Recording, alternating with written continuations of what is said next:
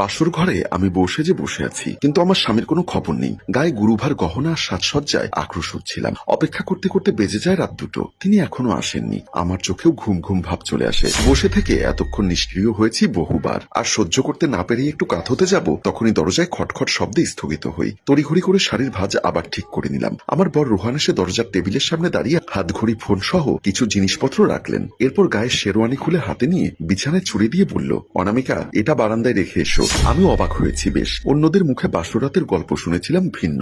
বাসর রাতটা নাকি অনেক রোমান্টিক হয়। এই রাতটা নিয়ে প্রত্যেকটা মেয়েদের একটি ভিন্ন ভিন্ন স্বপ্ন থাকে। আমারও ছিল, কিন্তু ওনার আগমনের পর সকল ধারণা নিমেষেই বদলে যায়। আমি ওনার দিকে শুধু তাকিয়েছিলাম। উনি টেবিল থেকে সরে সোজা ওয়াশরুমের দিকে চলে যায়। মনের অজান্তে চোখে কিছু অশ্রু জমা হলেও মনকে বোঝালাম, হয়তো রোহানের মন খারাপ কিংবা কোনো সমস্যা হয়েছে। মানুষের সমস্যা থাকতে পারে। আমি এটিকে তাগড়াই করছি শুধু। আমি শেরওয়ানি হাতে নিয়ে উঠে বের হয়ে যাই। রোহানের শেরওয়ানি বারান্দায় রেখে এসে দেখি, ওয়াশরুমের দরজার সামনে গিয়ে দেখি রোহান এখনো ওয়াশরুমে। আমি তো অনেকক্ষণ বারান্দায় ছিলাম, কিন্তু এর ভেতরেও রোহান বের হলো না।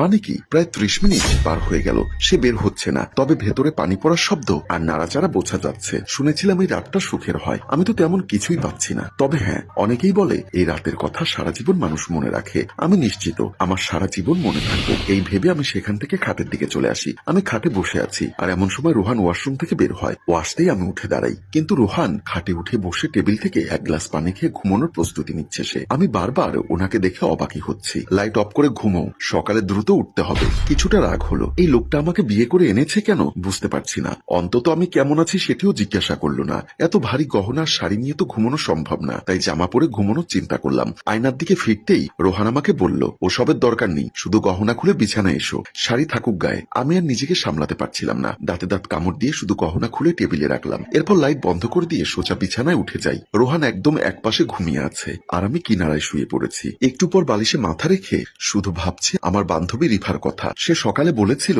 শোন অনামিকা, তোর জামাই এসেই তোর ঘুমটা যখন খুলবে, তখন তুই লাজুক হেসে চোখের মায়া দেখাবি। সে যদি প্রশংসা করে, তুই তাতে লাজুক হাসবি। যদি মিলন করতে চায়, তবে তুইও তোর দিক থেকে সাপোর্ট দিবি, কিন্তু লাজুক চাহনি থাকতে হবে। যা, তুই এসব কি বলছিস?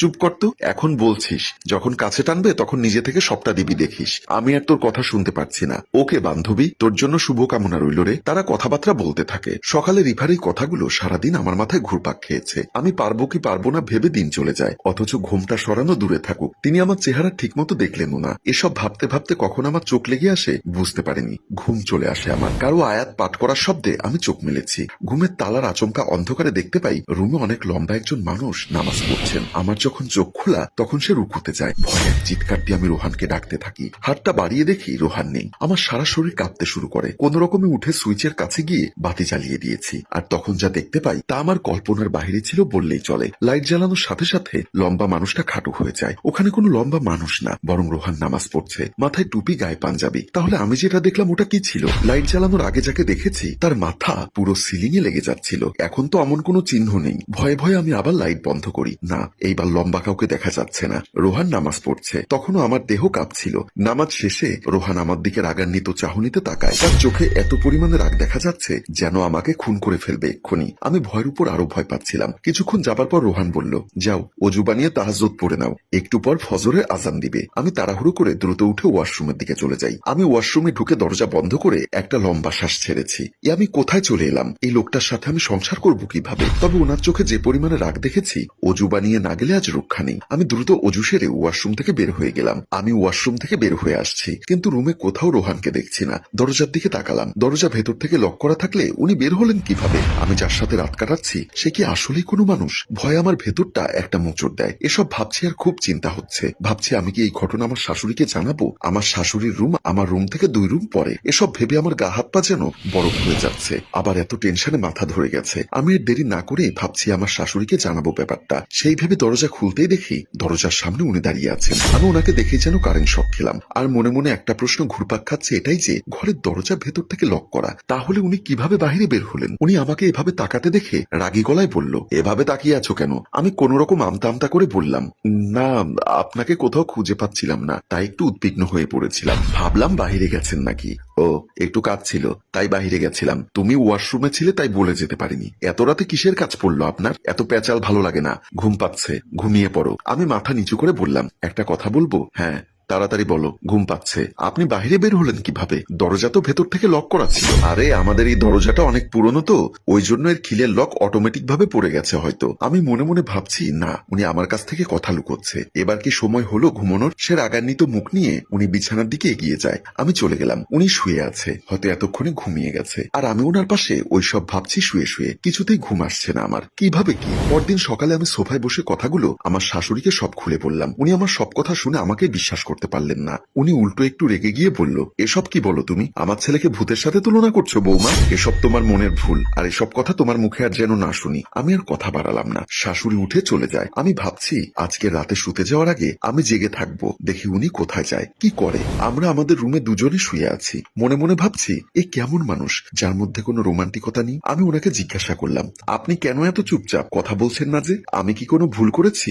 না, এমনি কিছু ভালো লাগছে না, মন ভালো নেই, অনেক ক্লান্ত লাগছে, ঘুমিয়ে পড়ো। আচ্ছা ঠিক আছে বলে আমি ঘুমের ভান ধরে চোখ বন্ধ করি। দেখতে তো হবে উনি কোথায় যায়। তারপর রাত প্রায় 2টোর দিকে উনি পাশ থেকে উঠে যাচ্ছে। আমি বেশ বুঝতে পারছি, কিন্তু কোনো সারা শব্দ আমি করছি না। উনি বিছানা থেকে উঠে নিচে নেমে আমার দিকে তাকিয়ে আছে, আমি জেগে আছি কিনা এটা দেখার জন্য। কিন্তু আমি তো কম পাকনা না, আমিও ঘুমের ভান ধরে আছি উনি কি করে দেখার জন্য। তারপর উনি দরজার দিকে এগিয়ে গিয়ে এমন কাণ্ড করলো, যেটা দেখে আমার চোখ কপালে উঠে গেছে। যেন আমার মাথায় এক আকাশ ভেঙে পড়লো, আর প্রচুর পরিমাণে ভয় লাগছিল। গা হাত পা যেন বরফ হয়ে যাচ্ছে আমার। উনি দরজার কাছে গিয়ে দরজার দিকে মুখ করে কি যেন বিড়বিড় করে কথা বলছে। মনে হচ্ছে কারোর সাথে যেন উনি কথা বলছে। উনি দরজার দিকে মুখ করে দাঁড়িয়ে মন্ত্র যেভাবে পাঠ করে এভাবে কথা বলছে। তারপর দেখলাম উনি যেন আস্তে আস্তে বড় হতে থাকে। উনি আনুমানিক 5 ফুট 6 ইঞ্চি লম্বা, কিন্তু আমি দেখলাম উনি যেন প্রায় 10 ফুটের মতো লম্বা হয়েছে। এটা দেখে আমি তো পুরোই ভয়ে মরে যাচ্ছি। এমন অবস্থা, ভাবছি চিৎকার দিব নাকি, আবার ভাবলাম না, থাক, যদি আমার চিৎকার শুনে উনি আমাকে মেরে ফেলে, এসব ভয় আমার মনে কাজ করছে। তবু আমি হালকা ঘুমের ভান ধরে ওনার কৃত্তিকালাপ দেখে যাচ্ছি। তারপর দেখলাম উনি এত বড় হয়ে চোখের নিমেষেই হারিয়ে গেলেন, মানে উধাও হয়ে গেলেন। আমি আর নেই। এসব কি হচ্ছে আমার সাথে? সম্মানিত ভিউয়ার্স, আসলে কি মেয়েটার স্বামী মানুষ নাকি জিন, তা জানতে কমেন্ট করুন দ্বিতীয় পর্বের জন্য। মনে রাখবেন, গল্পের বেশি ভিউয়ার শেয়ার না হলে আমরা দ্বিতীয় পর্ব দেই না। গল্পটির ভাবনায় ও পরিচালনায় হাশেম রাজু, চিত্রগ্রহণ শিহাব ও প্রযোজনায় মঞ্জুর মোর্শেদ, মিউজিক প্লাস। গল্পটি ভালো লাগলে লাইক, কমেন্ট ও শেয়ার করে অন্যকে দেখার সুযোগ করে দিন। ধন্যবাদ।